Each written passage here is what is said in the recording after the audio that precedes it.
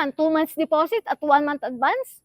Oo naman, dahil nasa batas din yan. Pwede humingi ang mga landlord sa mga tenant ng 2 months deposit at 1 month advance. Basta yung mga ganitong residential, pwede yan. Apartment. Kaya huwag kayong mga takot mga ka-landlord kasi legal yan. Ayon sa batas yan. Saka protection natin yan. Dahil karaniwan naman talaga ng tenant, pag last month na nila, hindi na nagbabayad yan. Plus, iniiwanan pa tayo ng malaking bill. Base mismo yan sa experience ko. Mas malaki pa yung bill na iniwan nila kesa sa deposit nila. Nag-abono patuloy ako. Lugi sa negosyo. Kaya kayong mga landlord, humingi kayo ng 2 months deposit at 1 month advance. Nasa rules yan ng rental property business. Huwag niyo akong gayahin.